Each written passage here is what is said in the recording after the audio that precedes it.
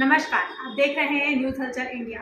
मेरे यानी किरण बैरागी के साथ आइए देखते हैं आज की कुछ खास और बड़ी खबर। मध्य प्रदेश में हुए पोषण आहार घोटाले का जिम्मेदार कौन है और इसकी जड़ें कहां से कहां तक फैली हुई है, यह सब जानने के लिए देखिए हमारा खास प्रोग्राम बेबाक बात विनोद खन्ना के साथ। नमस्कार दोस्तों, हमारे खास प्रोग्राम में आपका एक बार फिर से हार्दिक स्वागत है, अभिनंदन है।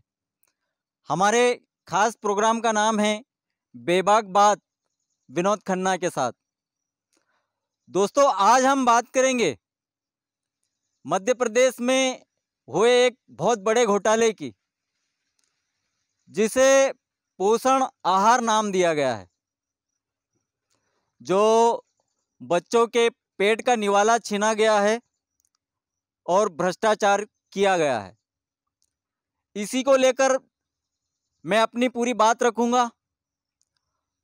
उससे पहले आप वीडियो के माध्यम से ये देखिएगा कि ये घोटाले किस प्रकार से होते थे और कहां से होते हैं।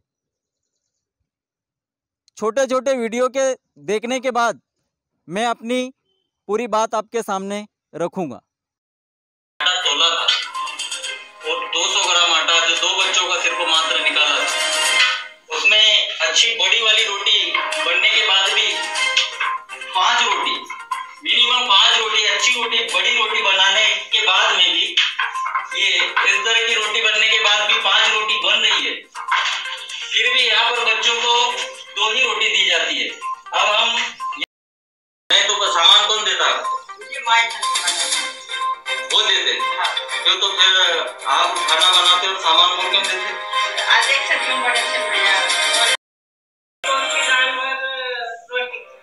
क्यों सब्जी नहीं दी जाती? नहीं, बच्चे बोल रहे थे कि नहीं बनती, सिर्फ दाल ही दाल बनती।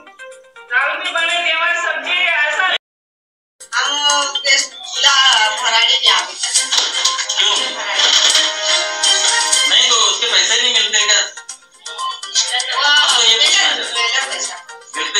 तो फिर ये चूल्हे का इस्तेमाल क्यों करते हैं? मतलब ये बच्चों के साथ भी मतलब खिलवाड़ हो रहा है ना। वो सभी जगह एक समान है, कहीं पे भी जो वास्तविक भोजन मिलना चाहिए मेनू के अनुसार नहीं मिलता, वो नहीं मिलता है। ये शिक्षक महोदय भी बता रहे हैं और बच्चे भी जो बता रहे हैं कि वास्तविक स्थिति बता रहे हैं।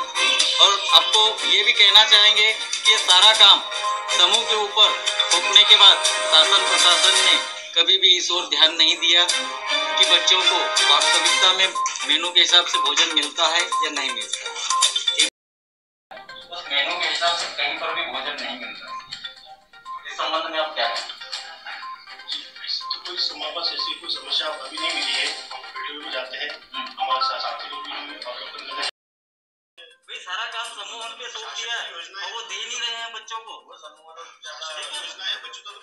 बच्चों को पहुंचनी चाहिए। शासन प्रशासन उनके लिए लाखों करोड़ों रुपए खर्च कर रहा है, तो वो उन्हें नहीं मिल रहा है, तो फिर मतलब क्या?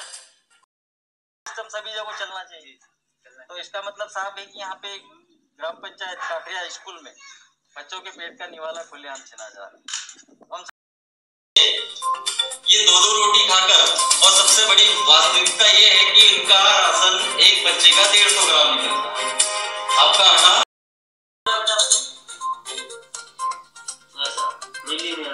और पीने के लिए पानी की व्यवस्था। अपने वीडियो देखे ही होंगे। अभी ये वीडियो सभी पुराने हैं। हमने जो न्यूज़ के माध्यम से, आप चाहो तो हमारे न्यूज हलचल इंडिया चैनल पर जाकर इन खबरों को देख सकते हो। मैं बड़वानी जिले की लगभग 50 स्कूलों में घुमा था और वहां पर मैंने देखा कि किस प्रकार से बच्चों के पेट का निवाला छीना जाता है। दोस्तों, वास्तविक में जिस प्रकार से बताया जा रहा है कि ये विभाग मुख्यमंत्री शिवराज सिंह चौहान के अधीन है, पर मैं कहूंगा कि इस घोटाले में बच्चों के पेट का निवाला छीनने के घोटाले में नीचे समूह से लेकर सरकार तक का हाथ है। इसमें एक दोषी नहीं है, सब शामिल है। वो कैसे, वो छोटे छोटे वीडियो के माध्यम से हमने आगे भी बताया, मैं फिर और बताना चाहता हूं। दोस्तों, जो सरकार पोषण आहार की बात करती है, कुपोषण दूर करने की बात करती है, वास्तविक में मैंने आगे भी कई संगठनों को भी इस विषय में अवगत कराया था, कई लोगों को भी कहा था कि कम से कम जो आप समाज सेवक होने की बात करते हो तो अपने ही गांव के स्कूल में जाकर देख लो कि जो गरीब बच्चे हैं जिनके लिए सरकार ने बहुत बड़ी योजना बनाई है कि इनको आज इस प्रकार से भोजन दिया जाएगा, आज इस प्रकार से भोजन दिया जाएगा, मतलब ऐसा भोजन वहाँ पे स्कूल में मिलता है, मिलना चाहिए जो वहाँ से बन के आया है। मेनू, जिसे मेनू कहा जाता है, वो मेनू ऐसा बन के आया है कि उसमें घर में भोजन नहीं मिलता है, ऐसा भोजन बच्चों को स्कूलों में देने का है। लेकिन कभी मैं तो बच्चों के पालकों पे भी आरोप लगाता हूं, मैं बच्चों के पालक है ना जो, उन पे भी खुले तौर पर आरोप लगाता हूं कि उनकी भी गलती है। उन्होंने अपने गांव के स्कूल में, अपने बच्चों के स्कूल में जाकर देखना चाहिए और इस चीज का पता लगाना चाहिए। दोस्तों, इतनी बड़ी योजना है, अगर वास्तविक में देखा जाए, मैंने जिस प्रकार से देखा, कई स्कूलों में जाकर देखा कि किस प्रकार से घोटाला होता है, तो इसकी जिम्मेदार एक सरकार भी है। जिस प्रकार से इन्होंने ढोंग किया कि अधिकारी कर्मचारियों के अधीन में इस योजना को नहीं रखा, समूह की महिलाओं को रोजगार देने के नाम पर इन्होंने ये सब कुछ, पूरा पोषण आहार का जो मामला है, बच्चों को, आंगनवाड़ी के बच्चों को हो कि सबको, बड़े बच्चों को हो, सभी के लिए जो समूह को तो इन्होंने सौंप दिया काम। तो ज्यादा आप अगर आवाज उठाते हो और इनके खिलाफ बोलते हो और इनको बताते हो कि ये गलत हो रहा है, ये नहीं दिया जा रहा है, तो ज्यादा से ज्यादा क्या कर सकते हो आप? वो लोग क्या करते हैं, समूह को बदल देते हैं और दूसरे समूह को दे देते हैं।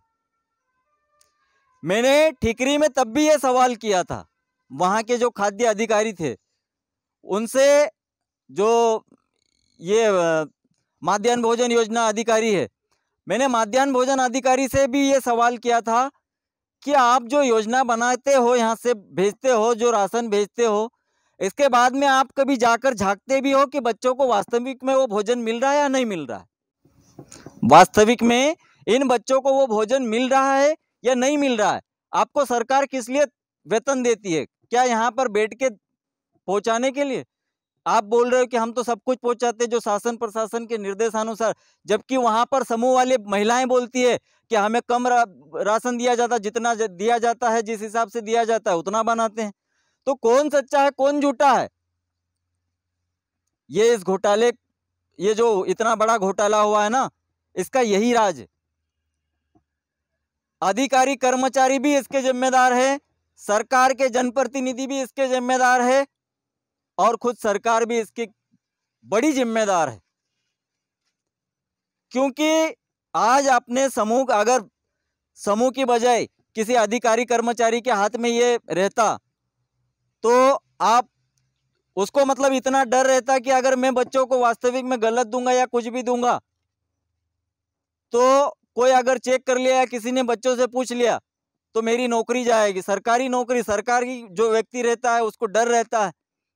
लेकिन आपने ये काम समूह की महिलाओं को सौंपा है, उसमें किसी का भी वो नहीं रहने दिया, जिस हिसाब से वो देंगे उस समूह को पूरा कर दिया। तो अच्छी बात है, हम ये नहीं कहते हैं, अच्छी बात है कि आपने महिलाओं को रोजगार दिया, समूह की महिलाओं को रोजगार दिया। 2 ही महिलाओं को मिल रहा है, 2 ही महिलाओं को मिल रहा है, बाकी जो अध्यक्ष सचिव रहते हैं उनके खाते में पैसे डलते हैं। वही अगर बनाए, फिर भी मैं कहना चाहता हूं कि उनको ही सौंप दिया तो इसकी जिम्मेदारी शिक्षकों की भी रहनी चाहिए थी। वहां के जो शिक्षक है, प्रधान पाठक है, उसको भी इसमें इसका कार्य सौंपा जाना चाहिए कि उनकी भी जिम्मेदारी बनती है। अब उनको कई शिक्षकों ने अपनी परेशानी बताई और कहा, मैं आपने वीडियो के माध्यम से भी देखा होगा, कई शिक्षकों ने ऐसा कहा कि हम भी चाहते हैं कि बच्चों को उनके हक का पूरा भोजन मिले, पूरा अधिकार दिया जाए, लेकिन मजबूर है। हम जिस गांव में पढ़ाने आते हैं, अगर इनका विरोध करें और इनके विषय में बोले तो दूसरे दिन हम पे झगड़ा, मतलब हमारा आना यहाँ मुश्किल हो जाए। ऐसे सबकी परेशानियां हैं। तो घोटाले जब हो जाते हैं और सबके सामने आ जाती है, जो रिपोर्ट दी है, रिपोर्ट जब बाद में आई है, तब घोटाला उजागर हुआ और तब जाकर लोग जागते हैं। क्यों ऐसा? वास्तविक में तो सबका कर्तव्य बनता है कि उन स्कूलों में जाकर देख, हमारी प्रॉपर्टी है, हमारी सरकार हमारी है, तो वो चीजें भी हमारी, हमारा भी अधिकार बनता है, पालकों का अधिकार बनता है, ग्रामीणों का अधिकार बनता है। गांव में जो पढ़े लिखे युवा हैं वो जाकर देख सकते हैं कि हमारे स्कूल के बच्चों को मिलता है। हमने तो एक धारणा बना ली है, अपने बाप का क्या जाता है, ये तो सरकारी है, ये टूटे यहाँ कुछ मिले या ना मिले, सरकारी है। बाकी आप भूल जाते हो ये हमारा है। आज 110 करोड़ का जो घोटाला बताया जा रहा है, ये किसका पैसा गया? 110 करोड़ का घोटाला, ये किसका पैसा गया? जनता का गया या सरकार का गया? ये हमारा पैसा गया। अगर स्कूल टूटी हुई है या कुछ भी उसको तोड़ रहे हैं कोई, तो उसको रोकेंगे नहीं, बस एक ही बात बोलेंगे, मेरे बाप का क्या जाता है। यही चीजें आज इन घोटालों के रूप में निकलती है और फिर उसके बाद में आप क्या बिगाड़ लेते हो उनका। एक व्यक्ति को पकड़ लोगे, एक व्यक्ति को जेल में कर दोगे, लेकिन 110 करोड़ कमाने में कितना समय लगेगा? वापस इस चीज को उसकी जगह पर लाने के लिए कितना समय लगेगा? घोटाले करते हैं, घोटालेबाज भाग जाते हैं, एक व्यक्ति के माथे आता है, जबकि वास्तविक में देखा जाए तो इसके जिम्मेदार नीचे से लेकर ऊपर तक के अधिकारी कर्मचारी और जो जनप्रतिनिधि रहते हैं ये भी रहते हैं। मुझे एक बात बताइए, जब यह जनप्रतिनिधि गांव-गांव जाकर वोट मांग सकते हैं, लेने जाते हैं, वोट मांगते हैं, इसके बाद में क्या इनका काम सिर्फ विधानसभा में जाकर वही काम करना है क्या? ये अपने विधानसभा में जाकर देख नहीं सकते हैं कि स्कूलें कैसी है, किस प्रकार से चल रही है, पंचायत किस प्रकार से चल रही है? लोगों को अपनी आवाज उठाने के लिए अधिकारियों के पास में जाना पड़ता है, जहां पे कुछ सुनवाई नहीं होती है। लोगों को 181 पर शिकायत करनी पड़ती है, जिसका मैंने पहले भी बताया था, कोई सुनवाई नहीं होती है, शिकायतें अपने आप बंद हो जाती है। तो आप जो जनप्रतिनिधि, आपको जनता ने चुना है, बनाया है, तो क्या आपका कर्तव्य नहीं बनता है कि आप महीने में भी एक बार आप जाके राउंड लगा सकते हो, 6 महीने में भी आप अपने विधानसभा का राउंड लगा सकते हो? लेकिन वो मनसा तो होनी चाहिए। और फिर चिल्लाते हो, विपक्ष चिल्ला रहा है, जिस प्रकार से आप खूब आवाज उठा रहा है कि ये इतना बड़ा घोटाला हुआ, इतना बड़ा। अरे तो आपने होने क्यों दिया? आपके विधायक, इनके क्षेत्र में घोटाला हुआ, तो क्या ये पहले नहीं देख सकते थे कि हमारे जो क्षेत्र में जिन्होंने हमको चुना है, जिनके पीछे हमको लाखों रुपए मिलते हैं, वो कैसे वापस रह रहे हैं, वो कैसे अपना जीवन यापन कर रहे हैं? इसीलिए मैं कहना चाहता हूं अपनी बेबाक बात के माध्यम से कि ढोंग का चोला ओढ़ने की बजाय जनता के बीच में जाइए, देखिए उनकी परेशानियां, देखिए। घोटाले बहुत हो रहे हैं साहब, सबको मिलके लड़ना पड़ेगा। आप प्रतिनिधि अपने आप को कहते हो, समाज सेवक कहते हो ना, तो समाज का सब कुछ लूट रहा है, उसके बाद में आवाज उठाने से कोई फायदा नहीं है। अंत में मैं अपनी बात के माध्यम से, इस बेबाक बात के माध्यम से समस्त देशवासियों से, युवाओं से, खास करके अपने युवाओं से अपील करना चाहूंगा कि आप पढ़े हो, पढ़ाई की हो, हमारी जिम्मेदारी बनती है। कहते हैं ना, गांव की सेवा से भी देश की सेवा हो सकती है। गांव से ही देश बनता है। अगर हमने अपने गांव की भी सेवा कर दी तो समझ लो कि देश की सेवा के समान है। आपको सरहद पर जाने की, लड़ने की आवश्यकता नहीं है। आप अब अगर अपनी लड़ाई यहाँ से भी स्टार्ट कर दो तो वो भी एक देश सेवा है। मित्रों, अंत में यही कहूँगा कि जितने भी शासकीय चीज़ें हैं उनमें एक बार घूमिए, देखिए कि डॉक्टर अस्पताल में है कि नहीं है, स्कूल में मास्टर है कि नहीं है, बच्चों को भोजन मिल रहा है कि नहीं मिल रहा है, पंचायत खुली है या नहीं खुली है। एक व्यक्ति या एक अधिकारी कर्मचारी इन सभी को एक साथ में नहीं देख सकता है। सब अपने अपने गांव में इस सेवा को कर सकते हैं। अंत में सभी दोस्तों को जय हिंद, जय भारत, जय मां प्रकृति।